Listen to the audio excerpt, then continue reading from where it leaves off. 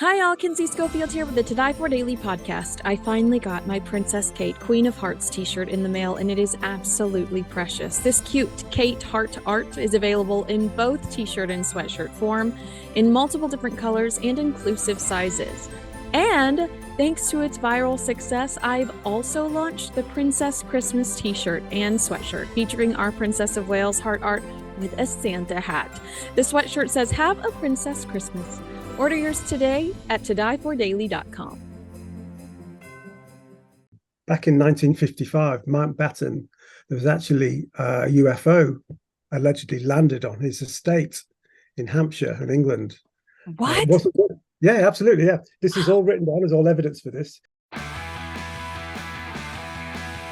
Love the British monarchy? You've come to the right place. Welcome to the To Die For Daily podcast with Kinsey Schofield. Take it away, Kinsey. Hi, all. Kinsey Schofield here with the To Die For Daily podcast, and I hope you don't mind. Today's episode is a little spooky. I recruited Mark Christopher Lee, who's the head of Nub TV, and kind of a supernatural guru, to take us through the royals' relationship with the paranormal and the supernatural. We're going to talk about King Charles flying a UFO. We're going to talk about Prince Philip and his Bigfoot sighting. That's all happening here today. So if you are in the mood to celebrate the holiday season, I think you're going to like this one. Mark says he's received testimony and evidence regarding the royal family's interest in UFOs dating back to Earl Louis Mountbatten, Prince Philip's uncle, who allegedly had a UFO land on his Broadlands estate. Mark, thanks so much for being here. I'm going to come in hot. I'm just going to go ahead and do it. I got an amazing email from you with the title, "Did King Charles Pilot a UFO?" I've been chomping at the bit to get this interview with you. I've got you here. I've got you on the spot. You've got to tell me the story. Did the king pilot a UFO?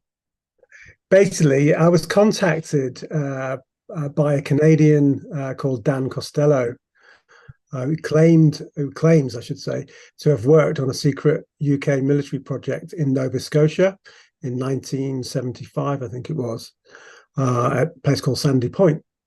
And he says Prince Charles, as he was at the time, was involved in this as a pilot. He was stationed on the nearby HMS Endeavour, because obviously Prince Charles was in the British Navy at the time. And he was enlisted to help fly this. Basically what it was, Dan Costello claims, was an experimental man-made UFO. It wasn't extraterrestrial, but it was, to all intents and purposes, if you saw it in the sky, it would look like, archetypal UFO. It was saucer-shaped, but it was basically new technology, experimental technology that was kept secret at the time, and it involved dual rotor blades. Obviously, Prince Charles was a helicopter pilot, which is why I was enlisted, because this was similar to a helicopter, but looked like a UFO. And the weirdest part of it was powered by some form of electromagnetism, and it was actually controlled by a larger craft, which was following behind, which had a massive magnet in. And anyone nearby to these craft could be in danger of serious health risks or their lives. And Dan Costello actually claims that because of Charles' expertise, he was one of three pilots in this craft, that no one was harmed that day. And these pilots were transporting this craft to Langley in the USA, which was a NASA base that had something to do with NASA. It's an incredible story, and it has been verified by numerous people that we've been in touch with, including an ex-US intelligence officer. So there is some. It does sound fantastical. It's an amazing story, and we've got some evidence to back it up. I've actually written to King Charles now at Buckingham Palace to ask for his version of events, but he hasn't replied yet. This aircraft, it had three pilots with three pilot domes, all encased in a heat-sensitive glass dome to protect the pilots from the magnetic effects. So is that, I'm just to visualize, so this is three individuals that are in the same space, or in the same aircraft. Surely there are somebody else that can go, yeah, I was sitting to the left. Yeah, I was sitting. Well, this is it. Yeah, absolutely. This is what we need to find out. So if there's anyone listening that has any more knowledge of who these pilots could be, Dan Costello seems to think that they may be from the British Navy, but we don't know. And he's tried to follow this up and hasn't got anywhere as of yet. But yeah, I mean, the place at Sandy Point also needs investigating, because he claims that this craft was one of many, and it was kept in underwater bases, which is why he was enlisted. He was a diver. So it's an interesting story, but I really want to go over to Nova Scotia and go diving and find, where all this happened. Well, we've got to get you there. I think one of the things I really admire about King Charles is his curiosity. And I've said in recent podcasts, it sometimes gets him in trouble. Do you believe he's a curious monarch? And do you admire his kind of openness when it comes to the supernatural? Yeah, most definitely. He's got an inquisitive mind. He's very, very intelligent, of course.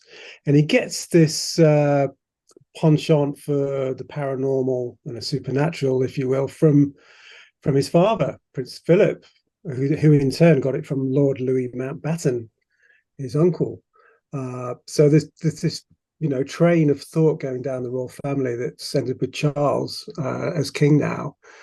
And he's got an inquisitive mind and is open to ideas, and that's what makes him a great king, I think. The thing you've also said is that Prince Philip himself would ask for regular briefings on the latest UFO news from his private secretary. Is that global? Does he have a global interest in UFOs, or is he only concerned about what's happening in his vicinity? It was his, search for knowledge, that element of curiosity, was that bigger than how does this affect us? How does this affect me?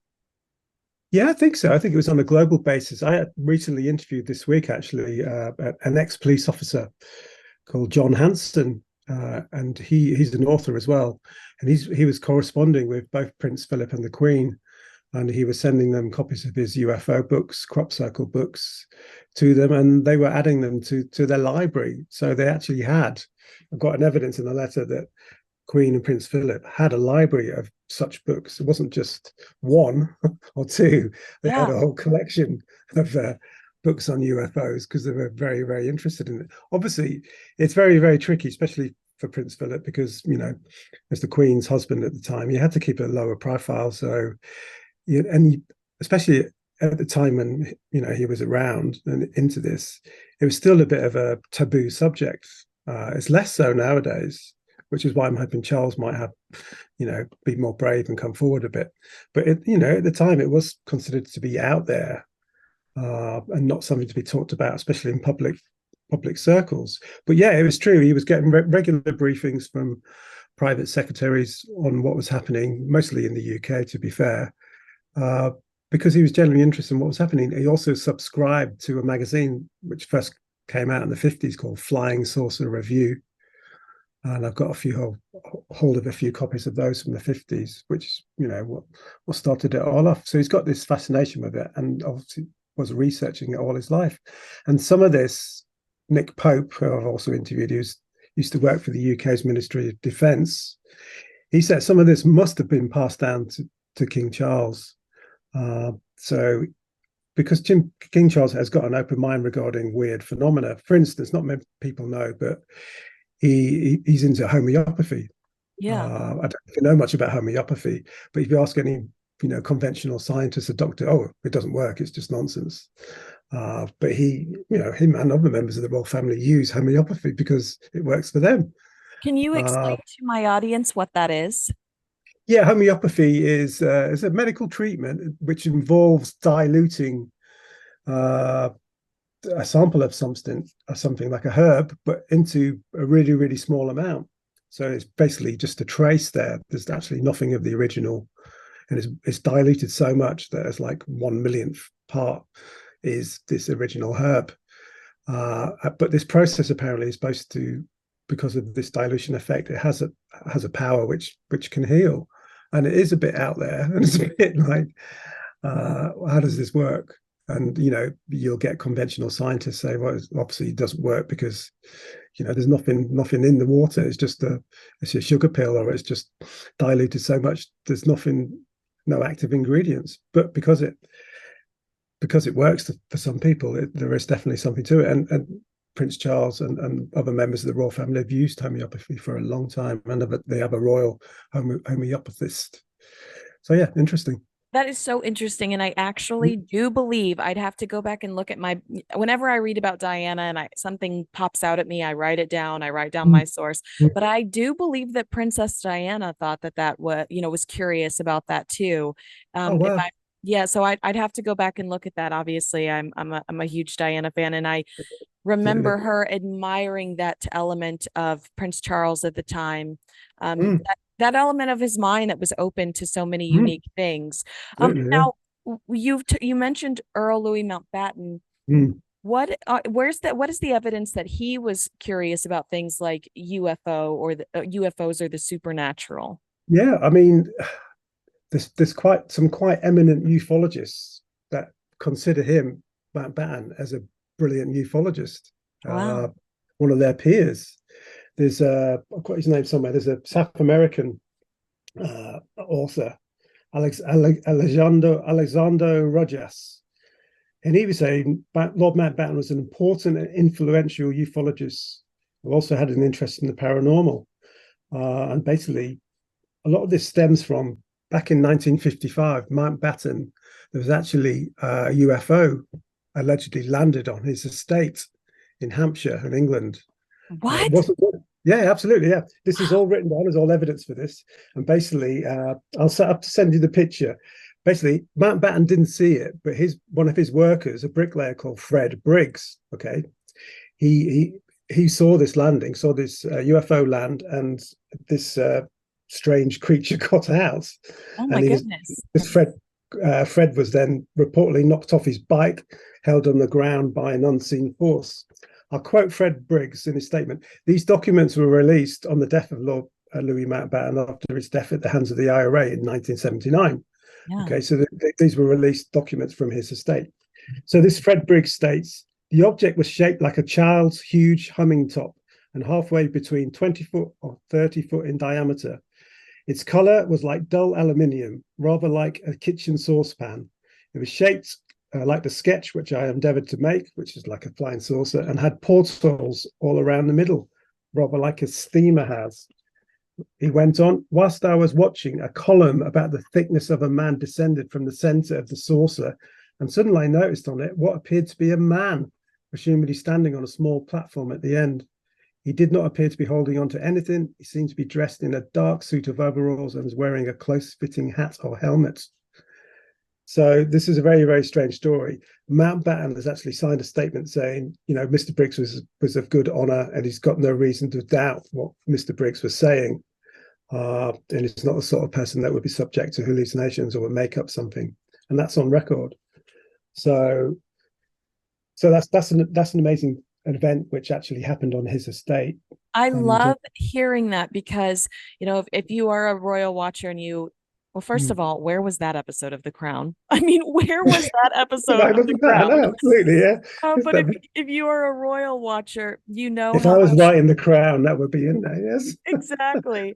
If you are a dedicated royal watcher, you know how much Earl Mountbatten meant to both Prince Philip and King Charles. And I can't imagine him, sitting around a beautiful fireplace telling these stories and their eyes being wide, I can't imagine how much it sparked a fire in them. And you've talked a little bit about British Roswell. My audience is definitely going to know what Roswell is here, New Mexico. Where and what is British Roswell? And now a word from our sponsor. Well, the British Roswell is actually, there was an event that happened in 1980 in Suffolk, in England, a place called Rendlesham.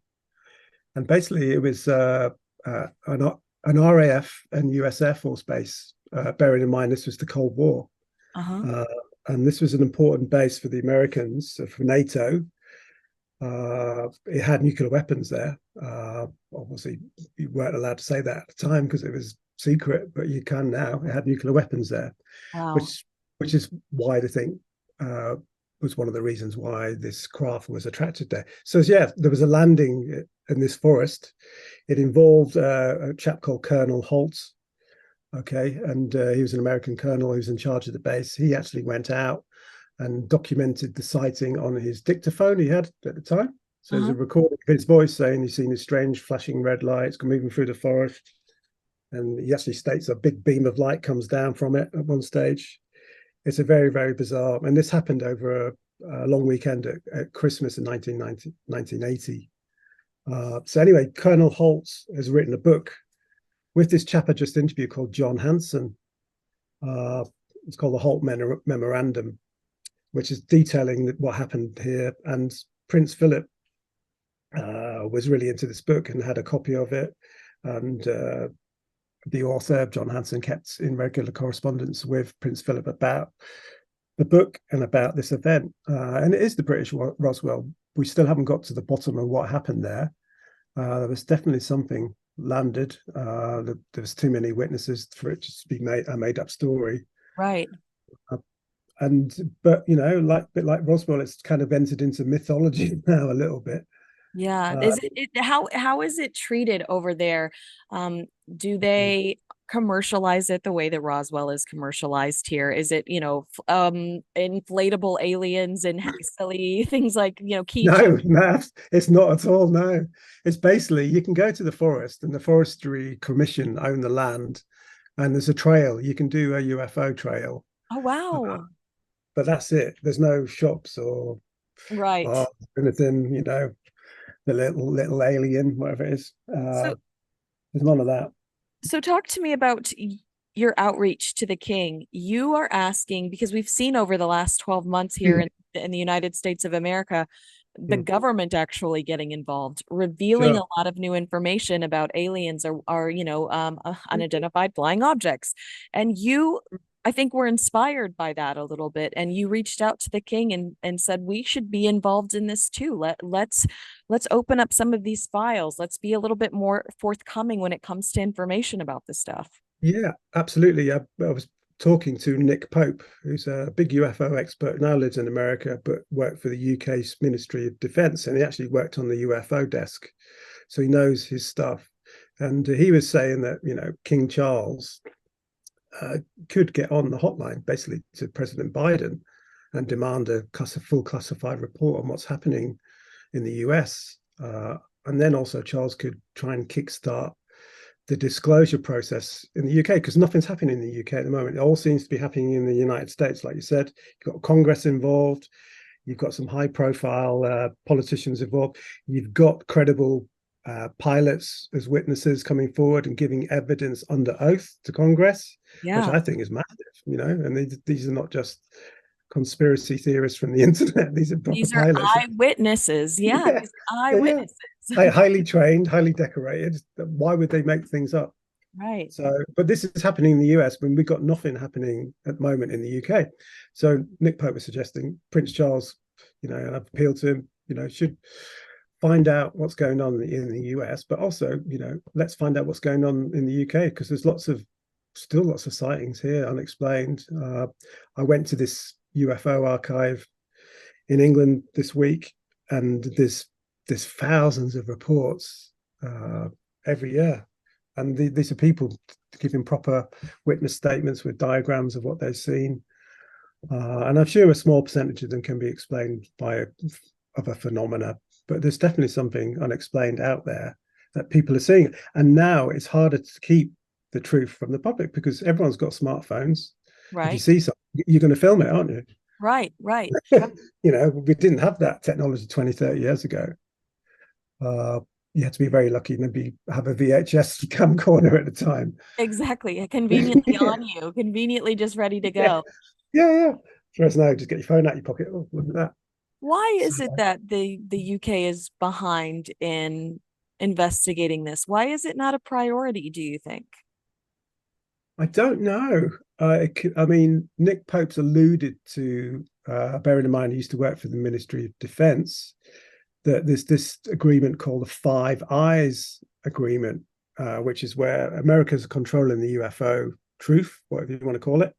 Right. And its allies, Canada, UK, I don't remember, Australia, there's a few others, are all involved in these Five Eyes. And so they're briefed not to say anything about it. So they take the lead from, from the dominant ally, which is the United States. So that's a possibility that they've been told not to go public with it. But I get a bit kind of upset with this because I don't think, as much as I love America and Americans, I get that this is not just something that affects the United States. People are seeing these things all over the world. South America, for instance, Peru, there's lots of things going on at the moment. Right. In Europe, France has got a proper government department already investigating it. So it's not just in the United States. And so, yeah, I think the public deserves to know the truth, because if this technology out there, okay, that say the US military knows and is keeping secret, that could be used for the benefit of everyone. Absolutely. That's my issue, I guess. And so is it rude if I ask you what you asked the king, or maybe how you presented it to the king in your correspondence with him? Yeah, I've just highlighted that, taking a more conservative approach, that there's something unidentified in our skies. It could be a defense issue, and it could be, a safety issue for, commercial and military pilots. So I think we should, see what's going on. I didn't say, can you tell us about the aliens? So I had to make it quite formal. I mean, that's taking advice from Nick Pope as well. But the other thing I think is interesting is that Nick Pope has suggested that Pope Charles might not want to go public with it because the Queen's died, her passing was very sad, and basically he wanted to steady the ship, safe pair of hands, keep a low profile, which he's done very well.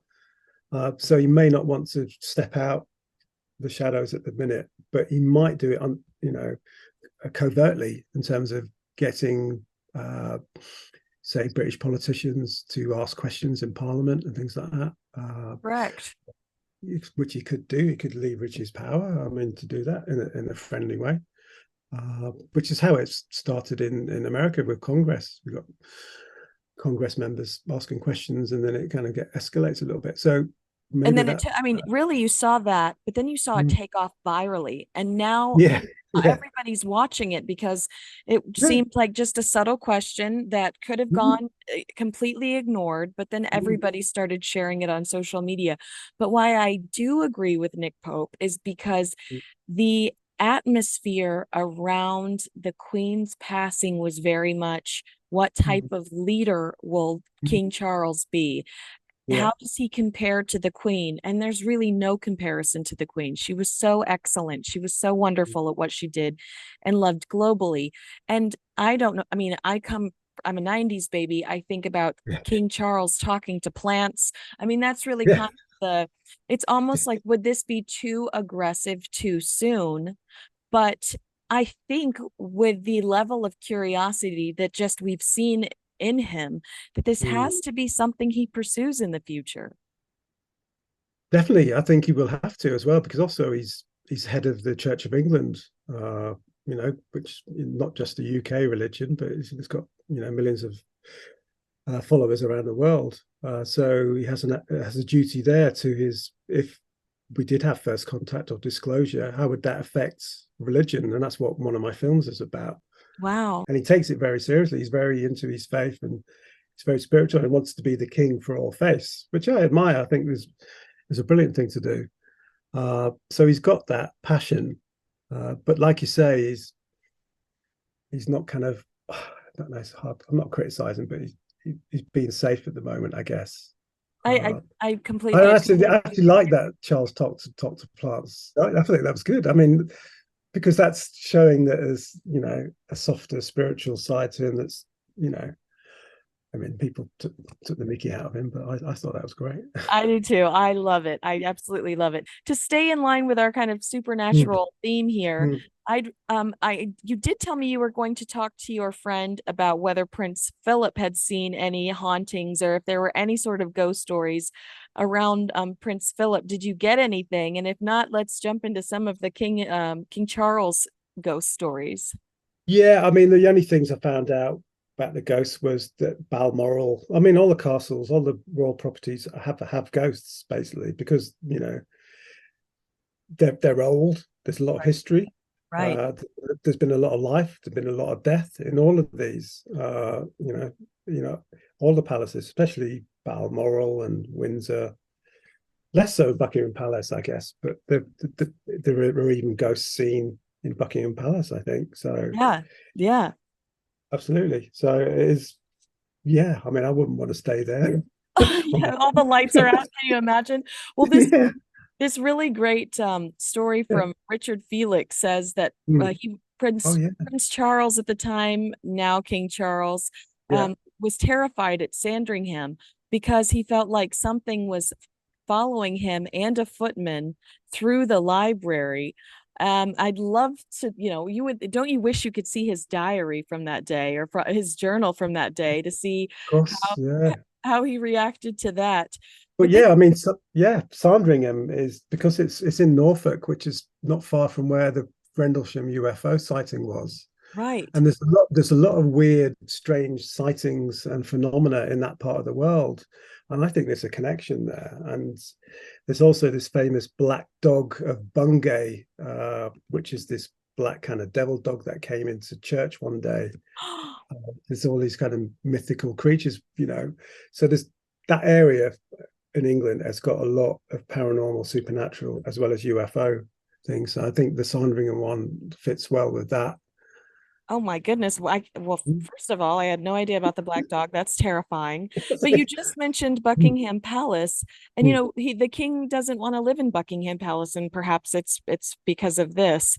Mm. Apparently, there's a monk that haunts with his hood up, and it's because I believe because Buckingham Palace was built over a site that belonged to the monks of Westminster Abbey. Oh, So wow. that's Yeah, kind of wild that's, to think about that as well. that is amazing. I mean, I used to work just around the corner from Westminster Abbey and we used to go past it every day. But it's such, yeah, I mean, you just walk the side streets around there. There's such history there. There's really, really old buildings, old churches and graveyards. And I think most of London, especially in that area, is built on graves Oh, as well. wow. Have the palaces ever allowed somebody that is a supernatural, I don't know, I don't want to say psychic or somebody that's kind of on one of those teams to Yeah, search no, the they hall? haven't. No, not publicly, but that would be great, wouldn't it? I'm sure Diana would have liked that and would Right? have got involved. That would have been something she would have been happy to do, I think. But no, they haven't done that. I mean, whether they've done it privately, I don't know, but it's possibility, isn't it? Do you have Mm. any other supernatural or paranormal or UFO stories about the royal family that you could share with us? Yeah, I mean, there's something I haven't been able to verify this, but up in Balmoral, when they were hunting quite a lot, stag deer usually, they an unusual cryptid was seen by Prince Philip. That was Oh. possibly, you got Bigfoot over there. Allegedly, over here we have something, the English Bigfoot, which is a bit smaller. I don't know, a bit more polite. I don't know. Is it But, Littlefoot? yeah, Littlefoot.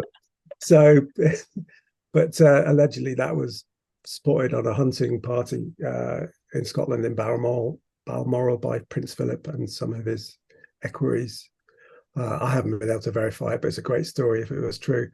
But there recently has been a sighting of English Littlefoot at a popular place called Box Hill in Surrey. Really? Yeah, really, yeah. And it's a really popular place, not far from London, Buckingham Palace. Yeah, and a Littlefoot creature, like a hairy cryptid, but like an ape, but human, but bigger than a human, was seen. So possibly could be, and also Balmoral. It's a strange place, strange landscape, possibly. So who knows? We talked a little bit about Louis Mountbatten's estate, and it was made public. I Mm. don't believe we have that kind of information about Prince Philip yet. Do you know? We're not going to get it. Not in Ever? our lifetime. Do you No, think no. It's really? I can't remember how many years. It's like 80 years or something when he died. They weren't going to release. So why? I guess that's my question. Yeah, because I'd love to know if he had similar, notes, if he had similar pursuits, private pursuits, and to hear about what investigations he was doing in his own time, because he does, again, like King Charles, he had such a curious soul and wanted to know what else was out there. And I think that kind of was his motivation every day to wake up and receive knowledge. Absolutely. And I'm sure that there will be a lot there that we didn't know. I mean, we're just scratching the surface by what we've found from third parties and, Mountbatten's evidence and things like that. I'm sure there's a lot more out there. I mean, there was an amazing story. It's related to Prince Philip. His private equerry. I think it's Sir Peter Horsley. He actually allegedly met up with a UFO contactee in London, in Chelsea, and they were trying to get Prince Philip invited as well. So Prince Philip nearly met this UFO contactee called George Adamski, quite famous UFO experiencer. So that nearly happened. That was in Chelsea and London, and I think it was in the 60s. So that's an interesting story. I'm sure there's a lot more there because that hasn't been released, because MI5 had to get involved to make sure there was no damage to the crown. Basically, this story got out because it made him look at UFOs and aliens and contactees were a bit off limits back in the 60s. You have just given the crown a run for their money. Can you imagine that plot line? Yeah, we need to do an alternative. Rushing through the room. We've got to kill this story. We got to kill this story. Shouldn't we celebrate the idea of just having an open mind enough to pursue new information and be accepting it? I'm so disappointed. Like, I know it was a different time, but I'm so disappointed by the fact that he'd get a slap on the wrist for that, because that wasn't what somebody of his position should be focused on. Oh, no, that's right. I mean, that's, like you said, that's the way it was, unfortunately. And he had to be very, very careful. But, Mountbatten, Prince Philip, King Charles, all very intelligent people. And, why wouldn't intelligent people explore this? Because that's what other intelligent people are doing at the moment. Yeah. There's a mystery out there that needs to be solved. And, I think King Charles would be curious to find out. Well, that is a great way to end the podcast. Now, people can keep up with you on Nub TV. And how can people find Nub TV? Yep, it's streaming in America on Tubi, TUBI, which is a big streaming service. So all our programs are up there. And we've also got a website, which is nubmusic.co.uk, which is where we've got all our films and TV there. And is that how you'd like for people to keep up with you too? Or do you have any personal profiles that you want to share? Yeah, my Instagram is The Pocket Gods. That's the name of my band I'm in. And my Twitter, which I do most on, is The Pocket God. Perfect. Well, thank you so much for your time today. It's been so much fun to have this very unique conversation with you. It's been brilliant. And I'm going to keep up with you on YouTube and Instagram. I'm not really a Twitter Sure. All right. Well, thank you so much for your time today, and I'll talk to you again soon, I hope. Yeah, if I find out more stuff, I'll be in touch. Thank you so much. Bye. Take care. Bye.